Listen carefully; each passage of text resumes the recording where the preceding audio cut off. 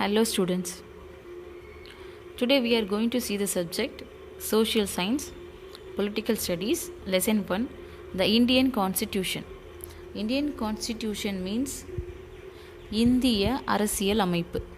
For an example, we play some cricket and football, something games. We have a rules and regulations for how to play the games and we have give the guidelines and ideas. அதாவது நாம் ஏதாவது ஒரு விளையாட்டை தேர்ந்தெடுத்து விளையாடும் பொழுது அதை எவ்வாறு விளையாட வேண்டும் என்பதற்கான பல்வேறு விதிமுறைகள் அந்த விளையாட்டிற்கு உண்டு. The same method, the Indian Constitution means what is the rules and regulations for the country and the guidelines for the country. அதாவது ஒரு நாட்டின் சட்டத்திட்டம் அல்லது அந்த நாட்டிற்கான ஒரு வழிகாட்டுதல் என்று இந்திய அரசியலமைப்பு சட்டம் காணப்படுகிறது. Now, in 1934, the Indian National Congress made the demand for the Constituent Assembly during the Second World War. அதாவது இரண்டாம் உலக போர் முடிவடைந்த நிலையில் இந்திய தேசிய காங்கிரஸ் அமைப்பு நம் நாட்டிற்கென்று ஒரு அரசியல் அமைப்பு உருவாக்கப்பட வேண்டும் என்று முயற்சி செய்தது.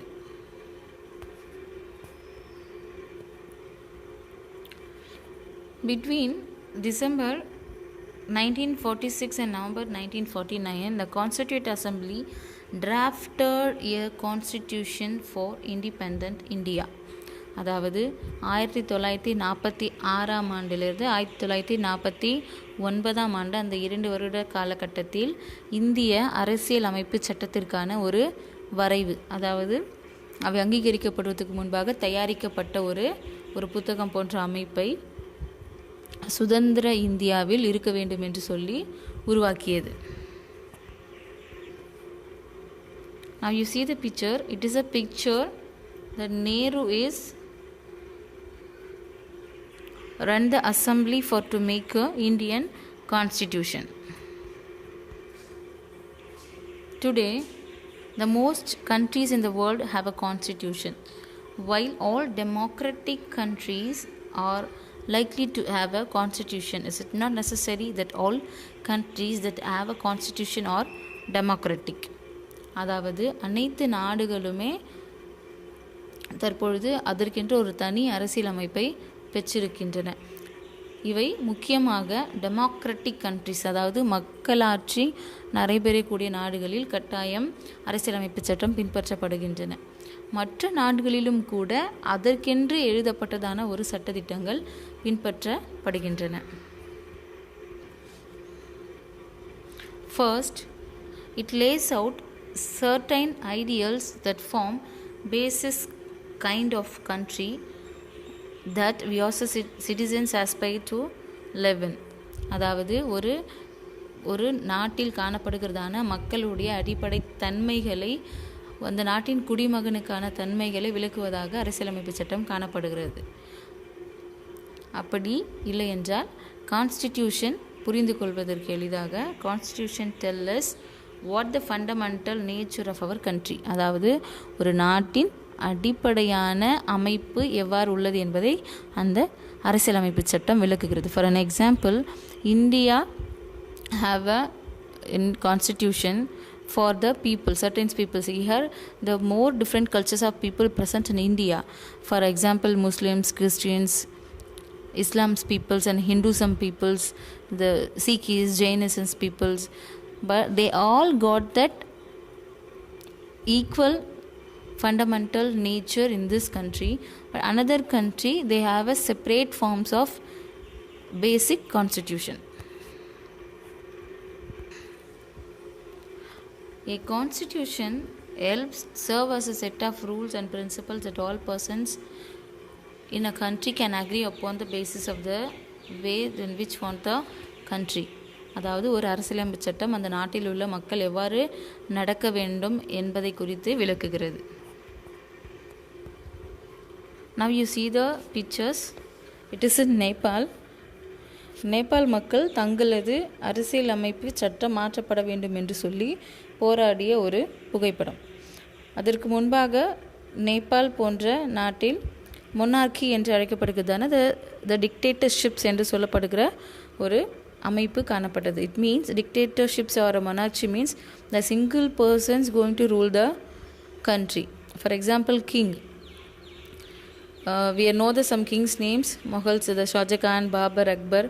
The only one king, they give the instruction to the country on its own mind. அதாவது அவனுடைய சொந்த கருத்திலிருந்து அந்த நாட்டை வழி நடத்தக்கூடியதாக காணப்படக்கூடியது தான் monarchy. It give the example for the different kind of constitution system. Okay, let us we understand what is the picture saying. The Nepal people they want a constitution for their own fundamental rights. அதாவது அவர்களுடைய சொந்த அடிப்படைக்காக அனைவரின் நன்மைக்காகவும் ஒரு constituent ஒரு அரசியல் அமைப்பு வேண்டும் என்று சொல்லி அதில் மாற்றம் வேண்டும் என்று சொல்லி போராடினாங்க. So it is explained what is an importance of constitution. The second important purpose of the constitution is to define the nature of a country's political system. அதாவது ஒரு நாட்டின் அரசியல் பிரிவு எவ்வாறு இருக்க வேண்டும் என்பதை குறித்து அந்த அரசியல் அமைப்பு சட்டம் விளக்குகிறது. அதாவது நமக்கு வெவ்வேறு மாதிரியான அரசியலமைப்பு பிரிவுகள் காணப்படுகின்றன. நம்முடைய நாட்டில் பல கட்சி கொண்ட ஒரு அரசியலமைப்பு காணப்படுகிறது. All the ideas is taken from the constitution. We have a parliament. In the more member in this parliament, they are going together to decide the laws for the country. அதாவது நாம் அனைவரும் ஒருங்கிணைந்து தேர்ந்தெடுக்கப்பட்ட நபர்கள் மூலமாக நமக்கான சட்டத்தை உருவாக்கிக் கொள்கிறோம். In this form derived from our constitution system of India. In a democracy, we choose our leaders so that we can exercise power responsibility on our behalf. Democracy என்று சொல்லப்படுகிற மக்களாட்சி நாட்டில் ஒரு தனி நபர் போய் நேரடியாக ஆட்சி செய்வது கிடையாது. அவர் மக்கள் மூலமாக தேர்ந்தெடுக்கப்பட்ட the representative persons going to lead the country.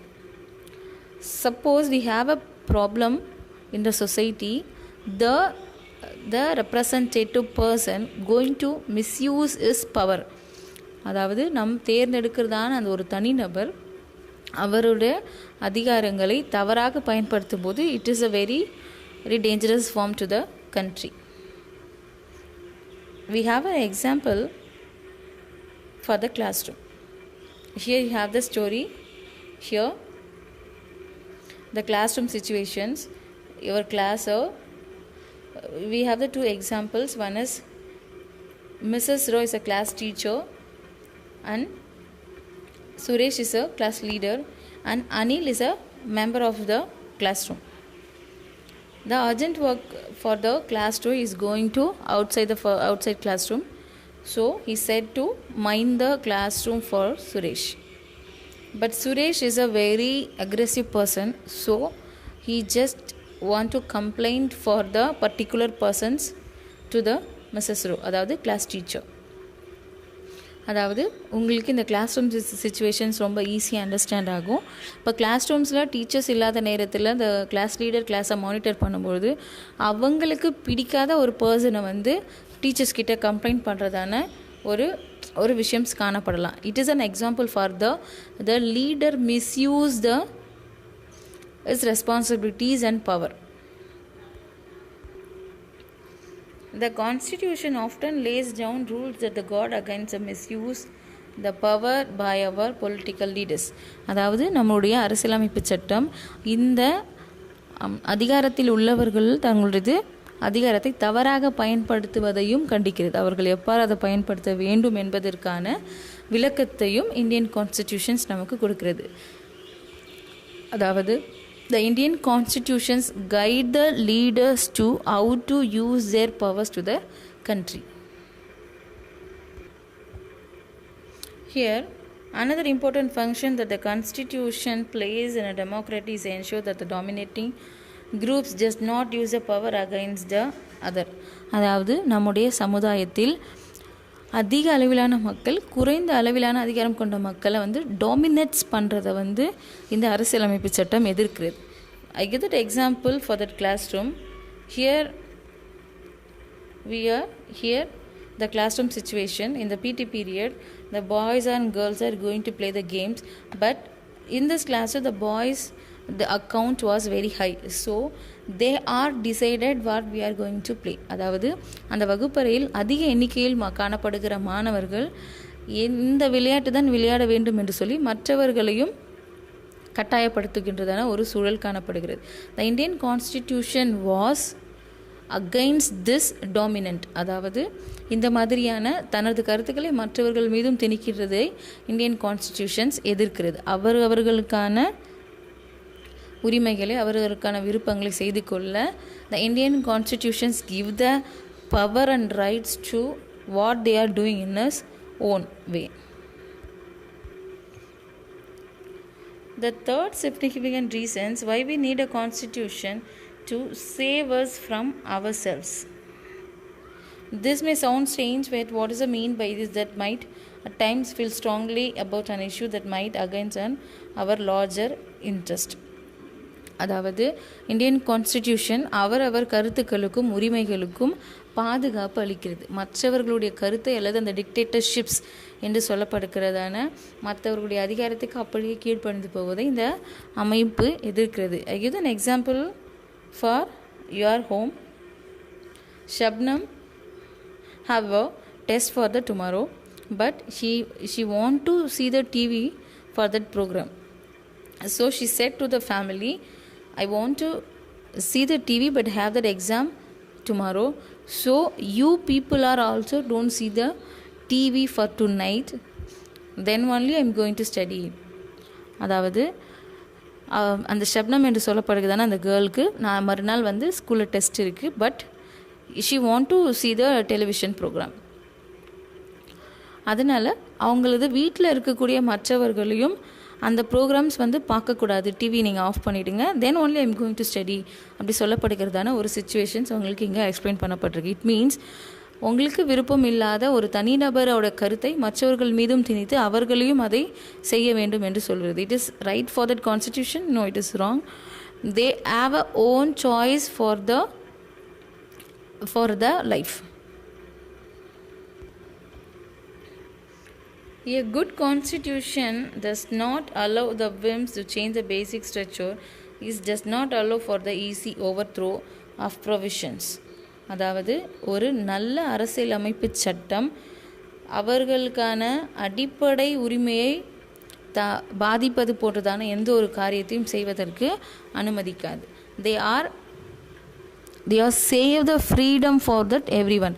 அனைவருடைய சுதந்திரத்தையும் கருத்துக்களையும் பாதுகாப்பதற்காக இந்த அரசியலமைப்பு சட்டம் நமக்கு உதவியாக இருக்கிறது. Finally, I am going to clarify for that all the one. Here the three things we have seen that the first one is the country needed democracy and Indian constitution for the run the country. The Indian constitution decides the what kind of nature is present in the country. The second thing is